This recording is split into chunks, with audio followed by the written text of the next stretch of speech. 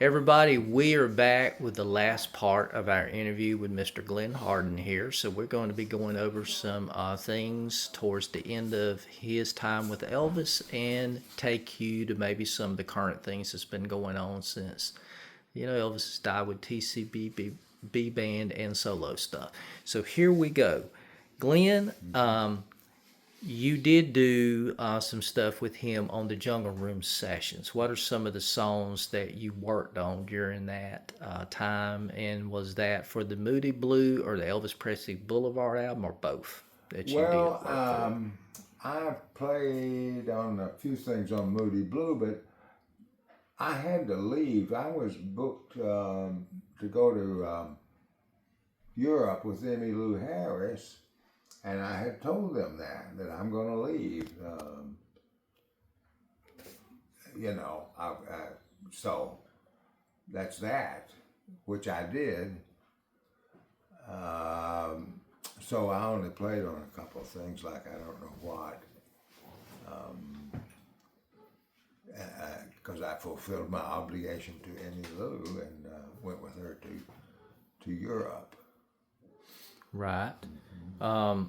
Where were you when you got the news that Elvis Presley had passed away?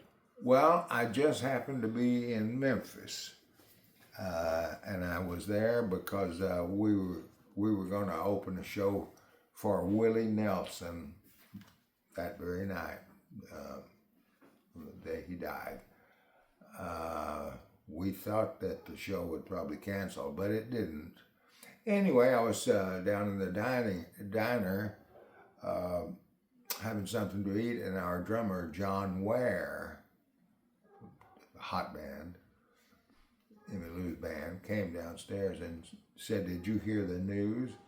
And I said, "Well, what news?" And he told me that Elvis had died. And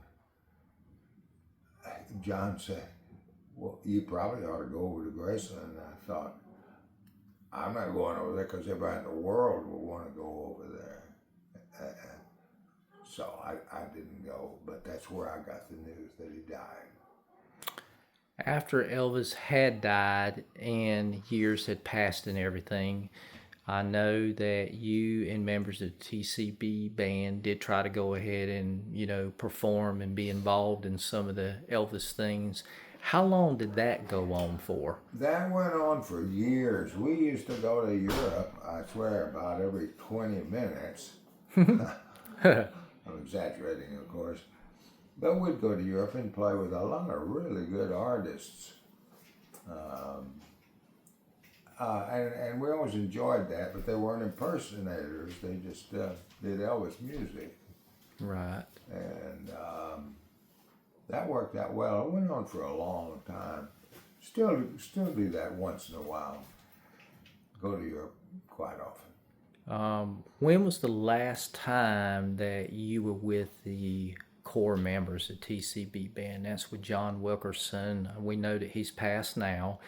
We've got, of course, James Burton, yourself, Jerry Schiff, and Ronnie Tuck. When was the last time that y'all five worked together a show, if you can recall? Oh, I'm sorry. I don't know. It was probably somewhere in Europe, but I can't. I don't know. When you go to Europe and you perform over there, why? We know that Elvis did not perform there, but he wanted to. Why are the audience so hungry for Elvis Presley oriented things such as him, the people that played with him, the people that knew him? What do you think that is that brings that among the people when you're there? People that just loved Elvis and can't get enough of him, and they just want to be with people who knew him, and especially people close like us in the band and so forth. So that's what that's about. What did you think about the Elvis movie that came out probably a couple of years ago that they had done that came out in the theater? Do you think that was an accurate portrayal of Elvis? Well, you know what? I didn't even watch it because I think Hollywood doesn't do good at that kind of movie because they ruined it for me on the Buddy Holly movie. They made him out to be an old country hick who drove around an old pickup and wore white socks with dark clothes. No, he was not that at all. He wanted to dress like Fats Domino or a rock and roll star. And he had a new Oldsmobile because he had a brother that had a tile setting business. And Buddy could drop in and work a little while. And if he had a gig, he could leave and come back when he wanted to. So I never even bothered to watch the Elvis movie, knowing all my friends are going to call me and tell me all about it. Right. How would you say over the course of your career, from start to current, would you say faith has played a part in that with you, would you say? I would say it's a big part of it because I was a guy who knew nothing about music, and I went to LA just to look around and see what might happen. And I happened to get lucky and get a job at the Palomino playing country music in a dance band, and that started the whole thing because while there, I worked there almost 3 years, met a lot of people, and started playing record sessions and TV. Anyway, I became this great fund of knowledge. Call me if you need me. Anyway, that's what that's all about. How would you want people to remember you, Glenn, when you're no longer here?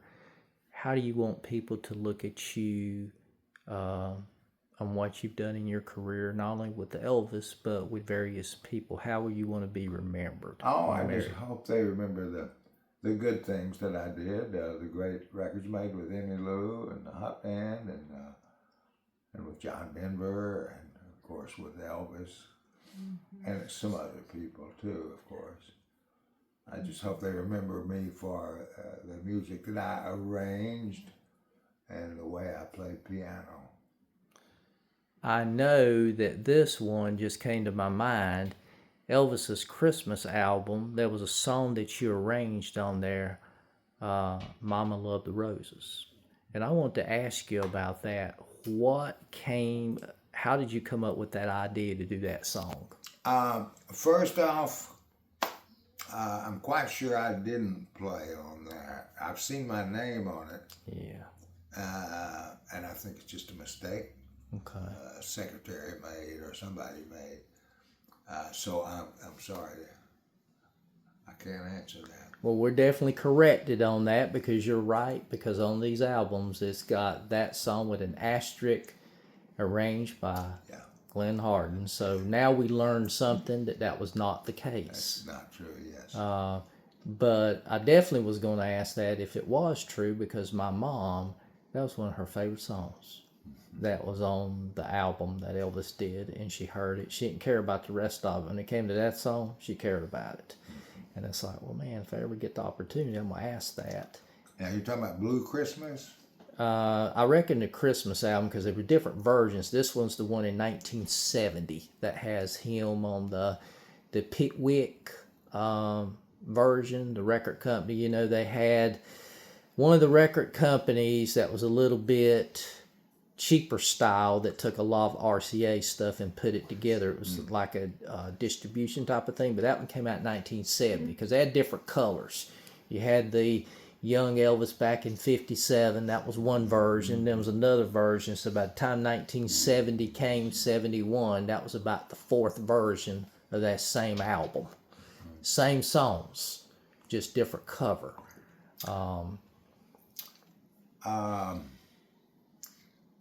Elvis told me,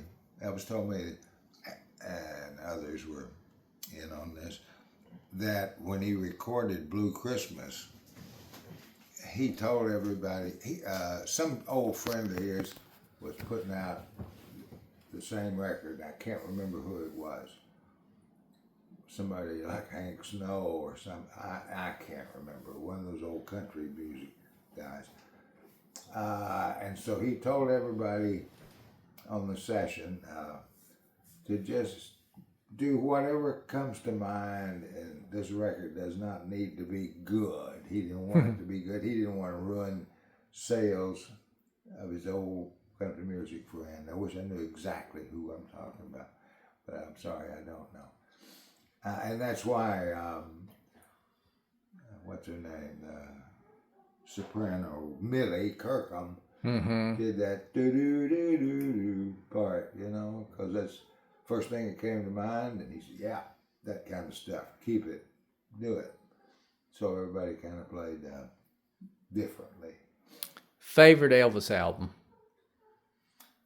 Oh gosh, he did so many good things. That would be hard to say. I would say his greatest hits,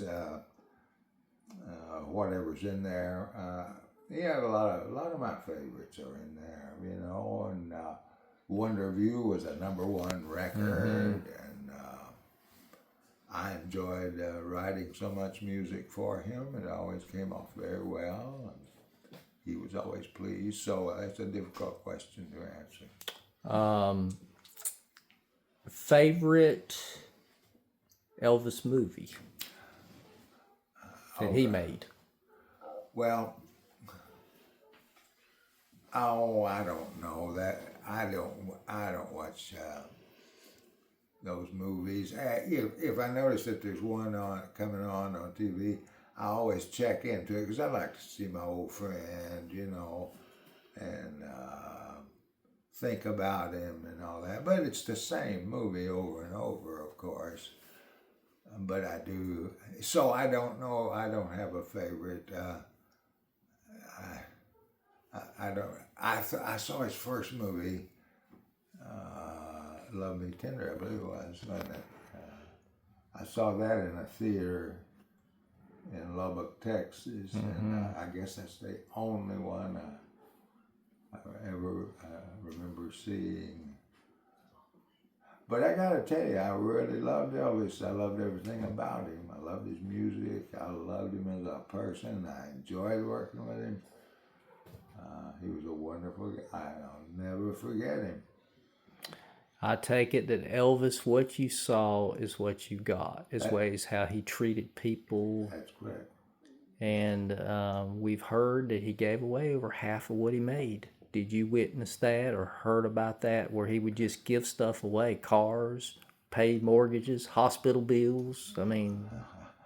He was very generous with all of us. I never got a car from him. None of us in the band did. But he was very generous with bonuses. After every tour, we'd get a big bonus.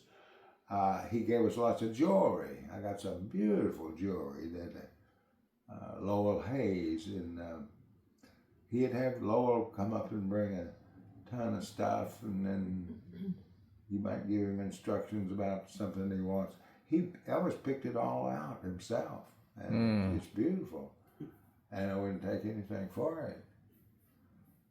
Is it true that the stories that we've heard that he would give the people that worked for him the TCB necklaces, and once he gave them that, it was his way of saying, now you're part of the family?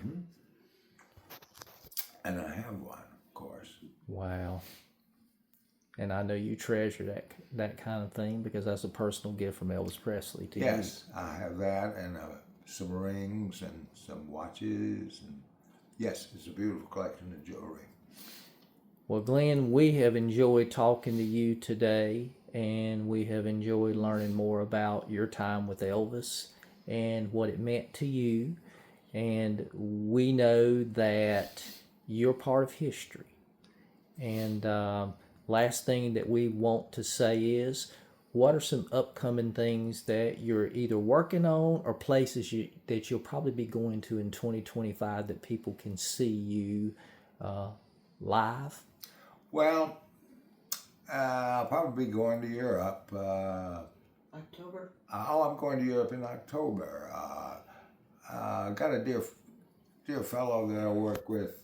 Go to Vienna every year and usually spend the whole month, maybe. He's a great singer. His name is Dennis J.O. And we do a cruise every year or two. I love working with him. He's just a great guy. He certainly is not an impersonator or anything like that. He's just a good singer and a wonderful guy. And so I'll probably be doing some work with him. And he is way up there at the top of my list. Emmy Lou in October, early October, in San Francisco. Oh yes, went to San Francisco to do a Emmy Lou tribute thing. It's a thank you for what she has done for animals, because she's very much into rescuing dogs. Her Bonaparte's Retreat is what it's called. Bonaparte's Retreat, yes, she owns or leases some land not far from here to take care of wandering dogs. Are you going to do anything at all, either this year or in the future, with Elvis Weeks? I know you've done some in the past. Are you going to participate in any of that stuff in the future? Do you have plans to be there at all? Anyway? Well, I usually go. I enjoy going because I see so many old friends, you know.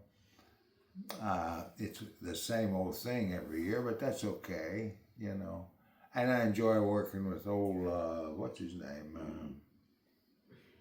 Oh, yeah. I can't, I'm sorry. Well, yeah, but I'm sorry, I can't think of his name off the top of my head. It's terrible. He's a good friend. Don't forget your book. Call from unavailable. Boy, it's distracting in here. Now, I don't have anything coming up, but what we just went through, going to San Francisco to do a thing for honoring Emmy Lou, and I'll probably be going to Europe sometime soon. Going on a cruise in October. Are you going to come back and do your? I know you did the 90th anniversary at 3rd and Lindsay. Are they going to do that next year in Nashville? I think so. Okay. Well, as you can see, ladies and gentlemen, Glenn is going to be going overseas in October to Europe. Catch him there. He's also going to be doing a tribute out in San Francisco with Emmylou Harris. And possibly in the future, you'll probably see him in the Memphis area during Elvis Week. So catch him and catch our site. And please come, share, like, and send, and let people know that we're trying to take old things, make them new, and let everyone know that these are the guys that made history, and these are the guys that were behind the king of rock and roll. And we hope you've enjoyed these videos that we're presenting to you, and we plan on doing more in the future. Thank you so very much, Glenn, for taking the time to give us the time to do the interview and inviting us to do this. We certainly appreciate it. You're Thank welcome. you so very much. Thank you.